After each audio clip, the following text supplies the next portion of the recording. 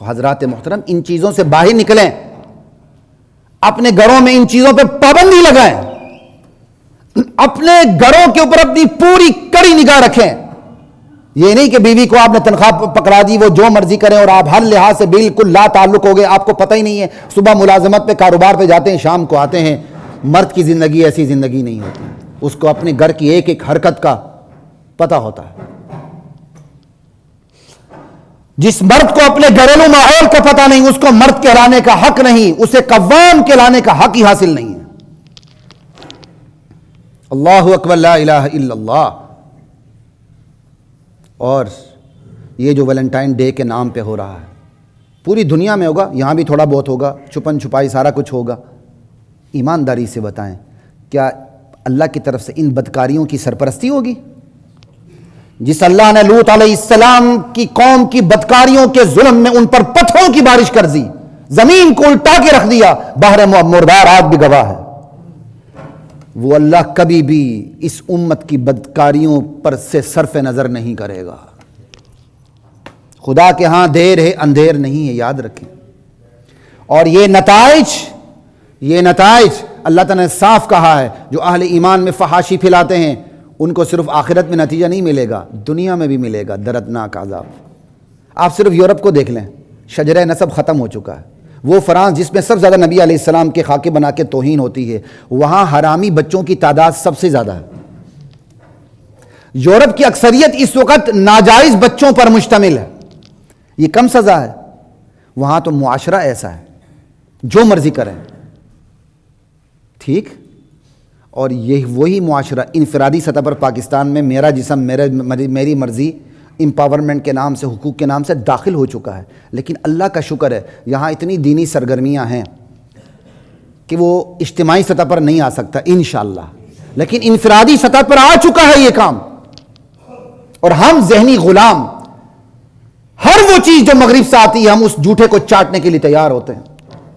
مغرب جس کو ہمارا ہیرو بنائے وہ ہمارا ہیرو، میڈیا جس کو ہمارا ہیرو بنائے وہ ہیرو، اور مغرب جس ہیرو کو زیرو بنا دے وہ ہمارے نزدیک بھی زیرو۔ ہمارا یہ حال ہے۔ اب اسی کوہ پیمائی کو دیکھ لیں، بات ختم کرنے لگا ہوں چونکہ ذہنی غلامی پر بات تھی تو میں نے تھوڑی سی بات کرنا چاہتا ہوں۔ ہماری ذہنی غلامی کا اثر دیکھیں، ویلنٹائن ڈے باہر سے آیا نا، اچھے خاصے پڑھے لکھے نوجوان مبتلا ہو جائیں گے۔ یہ کوہ پیمائی بھائی چھوٹے موٹے پہاڑ ہیں جہاں آپ کو جان کا خطرہ نہیں ہے، آپ ورزش کرتے ہیں، آپ کا شوق ہے، آپ کی ہابی ہے، آپ فٹ بال کھیلتے ہیں، ہاکی کھیلتے ہیں، کرکٹ کھیلتے ہیں، کوہ پیمائی کرتے ہیں، اسلام آپ کو روکنے کے لیے تیار نہیں ہے۔ لیکن جہاں یقینی موت ہے، جہاں آپ چڑھ ہی نہیں سکتے، اور چڑھنے کے بعد واپس آتے ہوئے 4 میں سے 1 کی موت ہے ہی ہے، خدا کی قسم اسلام اسے حرام ناجائز سمجھتا ہے اور خودکشی کے مترادف سمجھتا ہے۔ یہ بھی میں احتیاطاً خودکشی کے مترادف کا لفظ استعمال کر رہا ہوں۔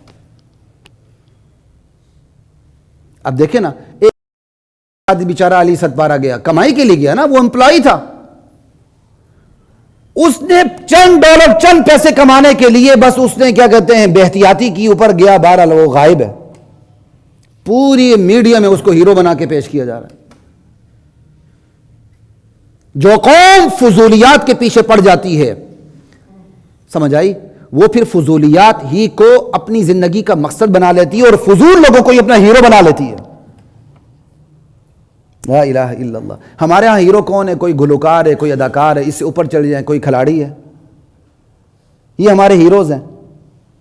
یا اپنی ہیرو ہی بنانا ہے نا، بہت بڑے دانشور مفکر کو ہیرو بنا لیں، بہت بڑے ڈاکٹر کو جس کی اچیومنٹ ہے ہیرو بنا لیں، بہت بڑا انجینئر اسے ہیرو بنا لیں، اور بہت بڑا سائنٹسٹ ہے جس نے آپ کے لیے بہت کچھ کر دیا، آپ کی سرحدوں کو محفوظ کر دیا ہے، آپ اس کو ہیرو بنا لیں، بہت اچھی ایجادات ہیں، آپ اس کو ہیرو بنائیں، پیچھے چلیں۔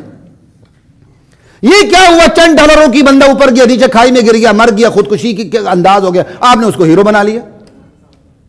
ملک کے لیے کام کیا ملک کیا، اور عجیب عجیب لوگوں کے جملے ہیں سوشل میڈیا میں، بندہ پڑھے نا پاگل ہو جاتا ہے۔ ٹکرانے والا علی ستپارہ، جس سے ٹکرایا وہ کیٹو، اور کیٹو علی ستپارہ کے سامنے ریزہ ریزہ ہو گیا۔ بھائی بیچارہ علی ستپارہ ریزہ ریزہ ہو گیا کہ کیٹو ریزہ ریزہ ہو گیا؟ عجیب باتیں کرتے ہیں یار۔ اور مولوی صاحبان بھی جب آتے ہیں تو ایسی جسٹیفیکیشن دیتے ہیں، پہلے حلوہ مسکہ مکھن سب کچھ لگاتے ہیں، ہاں جی پاکستان کے حالات ٹھیک نہیں، اس کے لیے کرکٹ بھی آ رہی ہے، اس کے لیے یہ بھی ہو رہا ہے، آخر میں جا کے مولوی صاحب ہمت کر کے کہتا ہے نہیں ناجائز ہے۔ اور یار مولوی صاحب جسٹیفیکیشن نہ دو، صفائی پیش نہ کرو، صاف کہو خدا کی قسم یہ خودکشی ہے، یہ خودکشی ہے اور یہ خودکشی ہے۔ کسی کو یقین نہیں آتا، ذرا اپنے بچے کو علی ستپارہ کی طرح کوہ پیما بنائے گا؟ ذرا وہ ویڈیوز دیکھ لیں کہ کس طرح وہ اپنی جانوں کو خطرے میں ڈال کے اوپر جاتے ہیں، کیا کرتے ہیں، جھنڈا گاڑ کے واپس آتے ہیں۔ دنیا کا فضول ترین کام، عجیب باتیں کرتے ہیں آپ۔ یہ ہے ذہنی غلامی۔ مغرب جس چیز کو ایوارڈ دے اس کی تنقید کرتے ہوئے ہماری جان جاتی ہے بلکہ ایمان بھی جاتا ہے، اور مغرب جس چیز پہ تنقید کرے ہم کھلے منہ بغیر سوچے اس پہ تنقید کرنے لگ جاتے ہیں۔ اس غلامی سے باہر نکل آئیں، اور کاش میں اداروں کو بھی کہتا ہوں ہاتھ جوڑ کے خدا کے لیے اردو کو نافذ کریں، کم سے کم اردو کو ہی نافذ کرنے سے اس یہاں کی پبلک کی کچھ سوچ تخلیقی ہوگی، یا اپنی زبان میں سوچے گی، اپنے زبان میں کچھ کرے گی۔ اور جو قوم گونگی بہری لولی لنگڑی ہے، اور جس قوم کی زبان بولنا اچھے اچھے اداروں میں جرم بن چکا ہے، وہ قوم ترقی کرے گی؟ وہ اسی طرح کیٹو کے کھائیوں میں گرے گی بھائی، وہ ترقی نہیں کر سکتی، چیزوں سے باہر نکلیں غلامیوں سے۔ اور ہم ایسے غلام ہیں، یہاں ہم ریڈی لگاتے ہوئے ہمیں شرم آتی ہے، یورپ میں جا کر میمو کی نکرے دوتے ہوئے شرم نہیں آتی۔ جب باہر سے آتے کہا ایبروڈ، فارن، کہاں؟ کینیڈا، شکاگو میں بیٹھے ہو، کر کیا رہے ہو بتاؤ یار، ذرا کیا کر رہے ہو وہاں؟ وہی کام یہاں کر سکتے ہو آپ۔ یہ ملک جس کو ہر سیاستدان اور ہر پارٹی نے لوٹا بغیر کسی امتیاز کے، اس ملک میں آج بھی اتنی پوٹینشل ہے کہ آپ شرم و حیا کو ایک سائڈ پہ رکھتے ہوئے، ظاہری شرم و حیا، اسلام کی شرم و حیا نہیں، اپنی خواہ مخواہ کی ہر کو شرم و حیا کو سائڈ پہ رکھتے ہوئے یہاں ریڈی بھی لگا لیں تو آپ اچھا کمائیں گے انشاءاللہ۔ اس لیے ذہنی غلامی سے باہر نکلیں، ان تمام چیزوں کو چھوڑ کے حقیقت پسند ہو جائیں، اور حقیقت پسند قومیں ہی ترقی کیا کرتی ہیں۔ وآخر دعوانا الحمدللہ رب العالمین۔